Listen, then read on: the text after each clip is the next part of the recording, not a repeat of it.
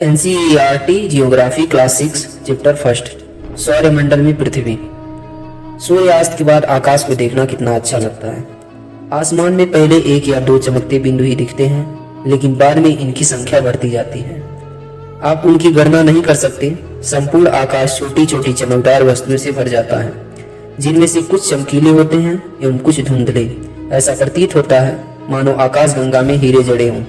इनमें से कुछ टिमटिमाते प्रतीत होते हैं, लेकिन अगर आप इनको ध्यान से देखेंगे तो आप पाएंगे कि इनमें से कुछ की टिमटिमाहट अन्य से अलग है। ये बिना किसी टिमटिमाहट के चंद्रमा के सामने चमकते हैं। इन चमकीली वस्तुओं के साथ आप लगभग प्रतिदिन चंद्रमा को भी देखते हैं। यह अलग अलग समय पर अलग अलग आकार तथा अलग अलग स्थिति में दिखाई पड़ते हैं। आप पूर्ण चंद्र को लगभग एक महीने में एक बार देख सकते हैं। यह पूर्ण चंद्रमा वाली रात या पूर्णिमा होती है। 15 दिन के बाद आप इसे नहीं देख सकते। ये नए चंद्रमा की रात्रि या अमावस्या होती है।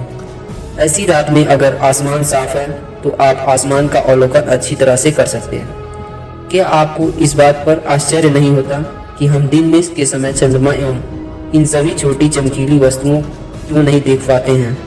ऐसा इसलिए है क्योंकि सूर्य से अत्यधिक तेज प्रकाश के कारण रात के समय चमकने वाली वस्तुओं को हम दिन में नहीं देख पाते हैं। सूर्य, चंद्रमा तथा वे सभी वस्तु जो रात में समय आसमान में चमकती हैं, खगोलीय पिंड कहलाती हैं। कुछ खगोलीय पिंड बड़े आकार वाले तथा गर्म होते हैं। ये गैसों से बने होते हैं। इनके पास अपनी ऊष्मा तथा प्रकाश होता है, जिसे वे बहुत बड़ी मात्रा में उत्सर्जित करते हैं।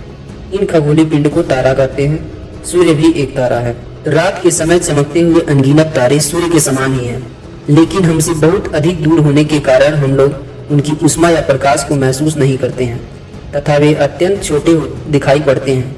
आपने अवश्य ध्यान दिया होगा कि कुछ दूरी पर देखने पर सभी वस्तुएं की छोटी दिखाई पड़ती हैं। अत्यधिक ऊंचाई पर उड़ रहा हवाई जहाज कितना छोटा दिखाई देता है। रात्रि में आसमान की ओर देखते समय आप तारों के विभिन्न समूहों द्वारा बनाई गई विविध आकृतियों को देख सकते हैं। ये नक्षत्र मंडल कहलाते हैं। आर्स मेजर या बिग बियर इसी प्रकार का एक नक्षत्र मंडल है। बहुत आसानी से पहचान में आने वाला नक्षत्र मंडल है। सप्त ऋषि, सप्त का मतलब 7, ऋषि मतलब संत। यह 7 तारों का यह समूह है जो कि नक्षत्र मंडल आर्स मेजर का भाग है। अपने परिवार या पड़ोसी में किसी बड़े व्यक्ति से कहिए कि वह आपको आसमान और अत्यधिक तारों, ग्रहों तथा नक्षत्र मंडलों को दिखाए। प्राचीन समय में लोग रात्रि में दिशा का निर्धारण तारों की सहायता से करते थे। उत्तरी तारा उत्तर दिशा को बताता है। इसे ध्रुव तारा भी कहा जाता है। यह आसमान में हमेशा एक ही स्थान पर रहता है। हम सप्तऋषि की सहायता से ध्रुव तारा की स्थिति को जान सकते हैं। चित्र 1.1 में आप देखेंगे कि यदि सप्तऋषि मंडल के संकेतक तारों को आपस में मिलाते हुए एक काल्पनिक रेखा खींची जाए एवं उसे आगे की ओर बढ़ाया जाए तो वह ध्रुव तारों की ओर इंगित करेगी। कुछ खगोलीय पिंड में अपना प्रकाश एवं ऊष्मा नहीं होता है। वे तारों के प्रकाश के प्रकाशित होते हैं। ऐसे पिंड ग्रह कहलाते हैं। ग्रह, जिसे अंग्रेजी में प्लेनेट कहते हैं, ग्रीक भाषा में प्लेटाई शब्द से बना है, जिसका अर्थ होता है परिभ्रमक, अर्थात चारों ओर घूमने वाले। पृथ्वी, जिस पर हम रहते हैं, एक ग्रह है। यह अपना संपूर्ण प्रकाश एवं ऊष्मा सूर्य से प्राप्त करती है, जो पृथ्वी के सबसे नजदीक का तारा है। पृथ्वी की बहुत अधिक दूरी से, जैसे चंद्रमा से देखने पर यह चंद्रमा की तरह चमकती हुई प्रतीत होगी। आसमान में दिखने वाला चंद्रमा एक उपग्रह है। यह हमारी पृथ्वी का सहचर है तथा इसके चारों ओर चक्कर लगाता है। हमारी पृथ्वी के समान 7 अन्य ग्रह हैं जो सूर्य से प्रकाश एवं ऊष्मा प्राप्त करते हैं। उनमें से कुछ के पास अपने चंद्रमा भी हैं। सौरमंडल, सूर्य, 8 ग्रह, उपग्रह तथा कुछ अन्य खगोलिक पिंड हैं, जैसे क्षुद्र ग्रह एवं उल्का पिंड मिलाकर सौरमंडल का निर्माण करते हैं। उसे हम सौरमंडल का परिवार का नाम देते हैं, जिनका मुखिया सूर्य है। सूर्य सौरमंडल के केंद्र में स्थित है। यह बहुत बड़ा एवं अत्यधिक गर्म गैसों से बना है। इसका खिंचाव बल इससे सौरमंडल को बांधे रखता है।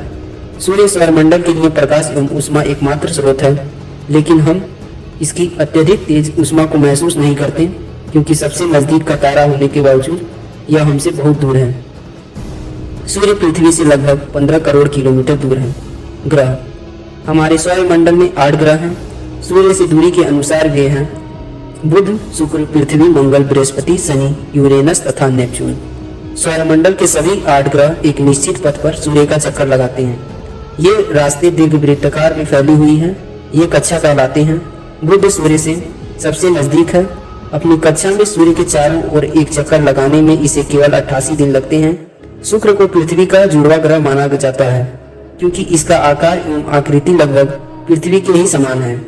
अभी तक प्लूटो भी एक ग्रह माना जाता था, परंतु अंतर्राष्ट्रीय खगोलीय संगठन ने अपनी बैठक में यह निर्णय लिया कि कुछ समय पहले खोजे गए अन्य खगोलीय पिंड तथा प्लूटो बौने ग्रह कहे जा सकते हैं। पृथ्वी सूर्य से दूरी के हिसाब से पृथ्वी तीसरा ग्रह है।